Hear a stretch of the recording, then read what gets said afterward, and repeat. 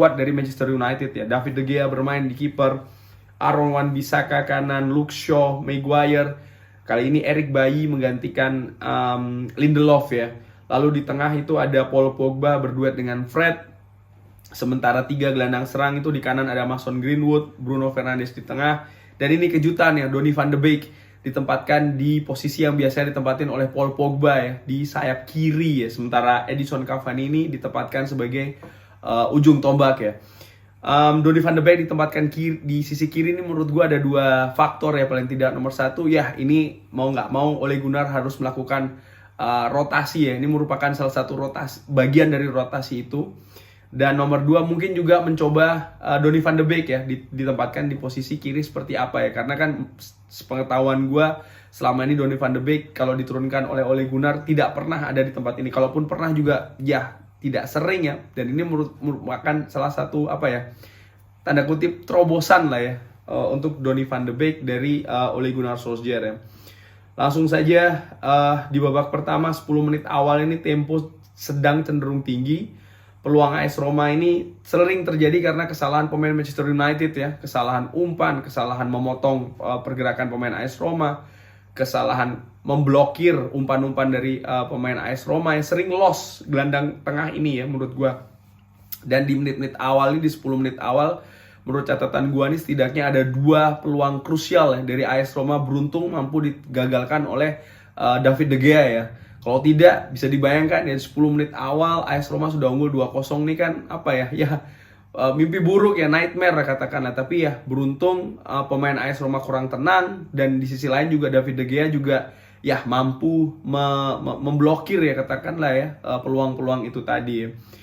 Manchester United pun setelahnya juga memiliki peluang dari Edinson Cavani. Di catatan gua nih ada 2 ya, satu lob yang kena mistar itu, satu lagi one on one yang digagalkan oleh kiper dari AS Roma ya.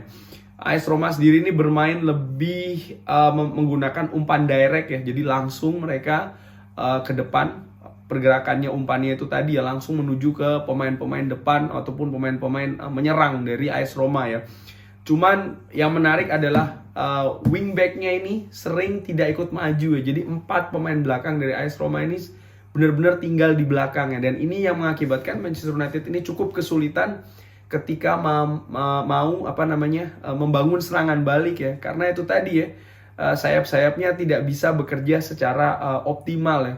Sementara ya itu tadi ya, AS Roma juga dia tidak mau mengambil resiko, artinya penyerangan sendiri ini lebih banyak didominasi oleh penyerangnya mereka ditambah gelandang.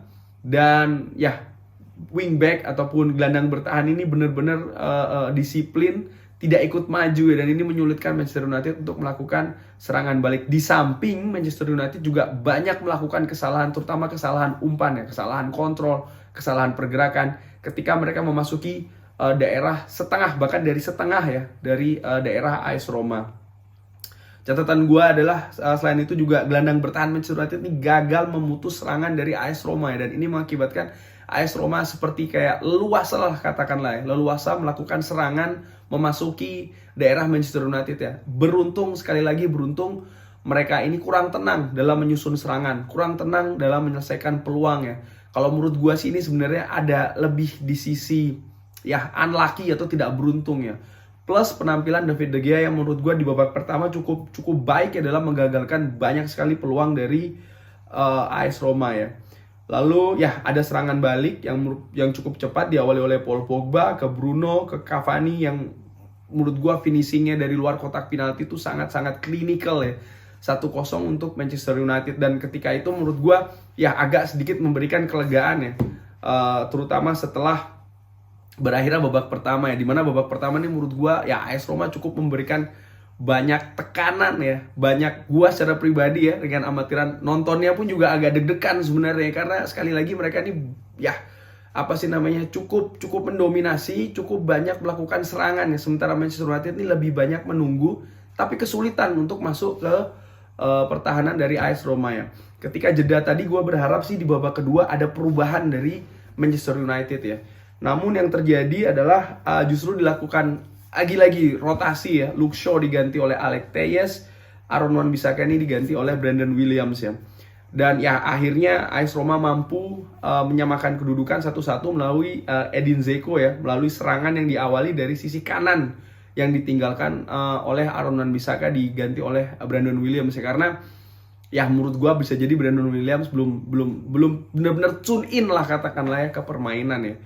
Anyway 1-1. Dan ada perubahan skema yang gua ngeliat di permainan MU ya, Manchester United ya. Mereka tidak bermain lagi dengan murni 4-2-3-1 tapi lebih ke 4-4-2 ya, atau 4-4-1-1 ya, dengan menempatkan Bruno Fernandes dan Edison Cavani ini di depan ya. Sementara ya tengah ini Fred dan Pogba, kanan Greenwood, kiri Donny van de Beek ya. Lalu ya akhirnya Fred melakukan kesalahan, kehilangan bola. Lagi-lagi ya, kesalahan yang dilakukan oleh pemain Manchester United ini berakibat AS Roma memiliki peluang, dan kali ini boom, mereka mampu memaksimalkannya ya, 2-1 untuk AS Roma. Ketika kedudukan 2-1 ini bisa dilihat ya, AS Roma makin menggila serangannya. Kalau tidak salah ada 2 atau 3 peluang yang secara beruntun didapatkan oleh AS Roma. Ya, beruntung David De Gea tampil gemilang untuk menggagalkan lagi-lagi ya kedua atau ketiga peluang emas bisa gue bilang ya dari AS Roma ya. Lini belakang Manchester United ini terlihat sangat keropos ya. Sisi kanan, sisi kiri itu terlihat, terutama sisi kiri katakanlah ya, yang gue waktu itu di preview gue sudah wanti-wanti bahwasanya Karsdorp ini cukup berbahaya kalau dikasih space ya. Dan ini yang terjadi ketika Luke Shaw sudah ditarik. Alex Telles sangat-sangat kewalahan, sangat-sangat keteteran untuk mengawal sisi kiri dari Manchester United ya.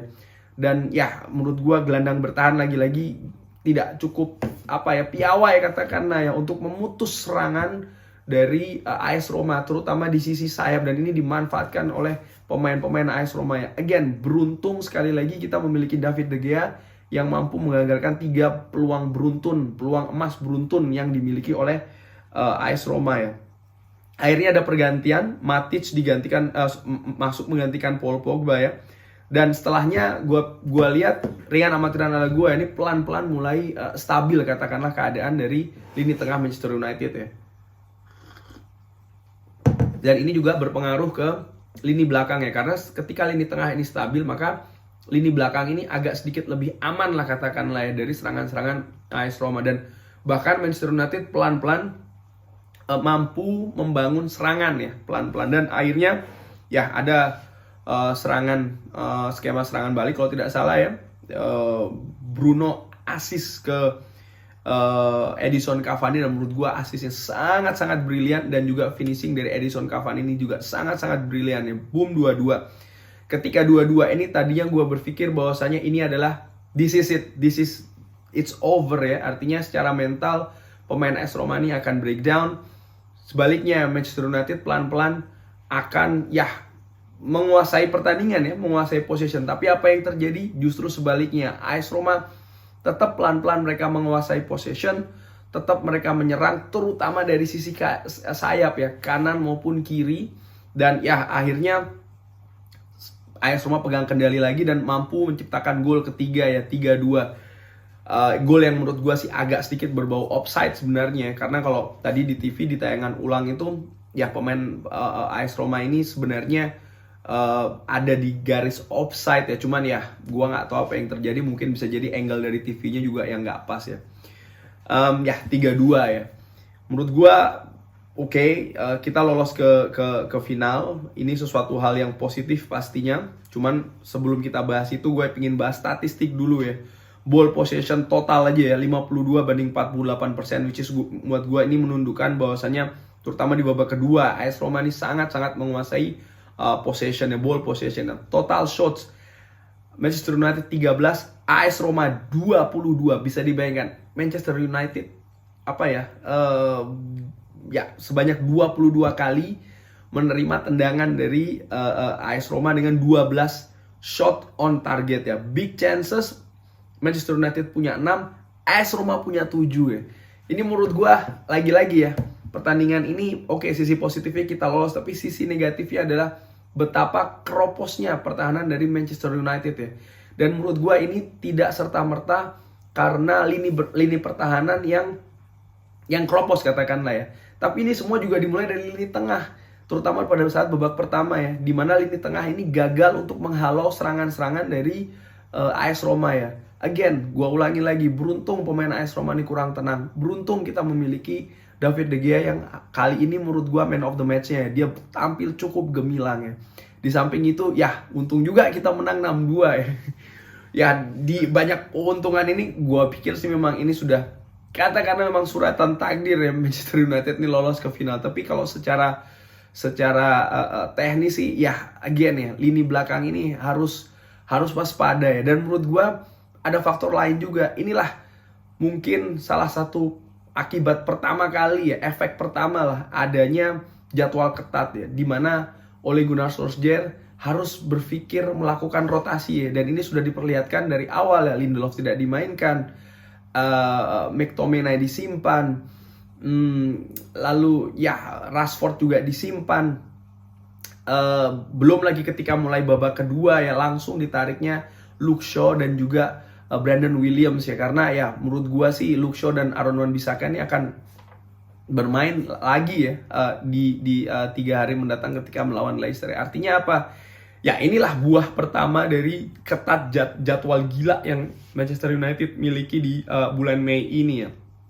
Dan bukan tidak mungkin ya di pertandingan-pertandingan ke depan ini, paling tidak di 3 pertandingan ke depan ini, hal-hal seperti ini akan ya mau tidak mau harus dilakukan oleh Ole Gunnar Solskjaer ya, karena memang ya ini gila menurut gua. Tidak mungkin Ole Gunnar menerapkan strategi permainan komposisi tanpa memperhitungkan lawan selanjutnya ya, karena betul-betul sangat ketat 2 hari pertandingan ya, jadwal yang sangat-sangat gila sih menurut gua ya. Tapi overall walaupun kita kalah, gua sih tetap melihat ini sebagai sesuatu hal yang positif ya. Mudah-mudahan ini sesuai dengan perhitungan Ole Gunnar. Artinya ya kita bisa kalah 3-2, kita bisa kalah 2-0, tapi kita tetap lolos ke final. Dan tujuan utama itu memang lolos ke final ya. Percuma kita menang atau seri tapi kalau tidak lolos, katakanlah seperti itu ya. Tapi ya again, karena kita punya modal kemenangan 6-2, akhirnya kita alhamdulillah bisa lolos ke final ya. Pertandingan kalau tidak salah akan dimainkan di Gdansk, Polandia tanggal 26 Mei ya.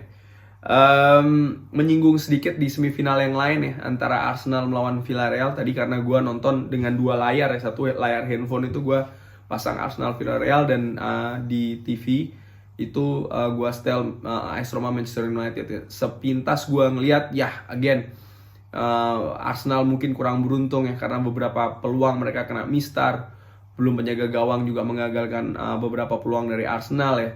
Dan ya Indian 0-0, Villarreal yang lolos ke final ya, sesuai dengan prediksi lah katakanlah yang gue sampaikan di preview ya. Sekalipun again sebenarnya gue sih secara pribadi ingin bertemu Arsenal di final ya. Kenapa? Ya karena murni musim ini kita 2 kali ketemu Arsenal dan tidak bisa menang ya. Tadinya gue berharap partai finalnya kan bisa jadi katakanlah ajang balas dendam lah ya, untuk Manchester United ini bisa mengalahkan Arsenal, dan terutama kalau bisa mengalahkan di partai puncak itu kan gregetnya akan lebih ya. Tapi ya anyway, kita akan menghadapi Villarreal tanggal 26. Menurut gua ya kalau gua ngelihat apa yang disuguhkan oleh Manchester United hari ini dan juga Villarreal hari ini ya menurut gua agak riskan sih ya Manchester United. Cuman again sih tidak punya pilihan banyak. Hal yang gue harapkan dari sisi padatnya jadwal ini adalah nomor 1, jangan sampai ada pemain yang cedera. Itu saja, jangan sampai ada pemain yang cedera ya. Dan ya again kita tidak bisa pragmatis ya, artinya harus melihat langsung ke tujuan. Seperti kayak semifinal ini ya, tujuannya apa sih? Tujuannya lolos. Oke, kalah 3-2 it's fine, yang penting lolos. Begitupun juga nanti ya di pertandingan Liga, menurut gue ya seperti yang gue pernah bahas di video sebelum ini kalau tidak salah, di jadwal gila judulnya. Ya tujuannya menurut gue sih kita juara sudah tidak mungkin, ya lolos Liga Champion, as simple as that gitu loh. Mau posisi 2, 3 ataupun 4 doesn't matter, gak masalah, yang penting lolos Liga Champion. Kurang lebih itu review semifinal leg kedua ya, antara AS Roma melawan Manchester United. Kecewa tidak menurut gue karena kita belum lolos ke final, cuman ya agak ya ada faktor, ada beberapa sisi yang memang harus diperbaiki dari Manchester United. Oh ya, Donny van de Beek akhirnya tampil 90 menit ya. Menurut gua ya penampilannya so-so sih ya, nggak bagus-bagus banget juga, nggak jelek-jelek banget juga. Enggak ya, karena ya mungkin pembelaannya kan bukan di posisi aslinya dia. But anyway, again, ini buah dari jadwal ketat yang akan dijalani oleh Manchester United ya. Sekian dulu, terima kasih sudah menyaksikan. Jangan lupa like, jangan lupa subscribe. Tetap ikutin Football Belanda. Wassalamualaikum.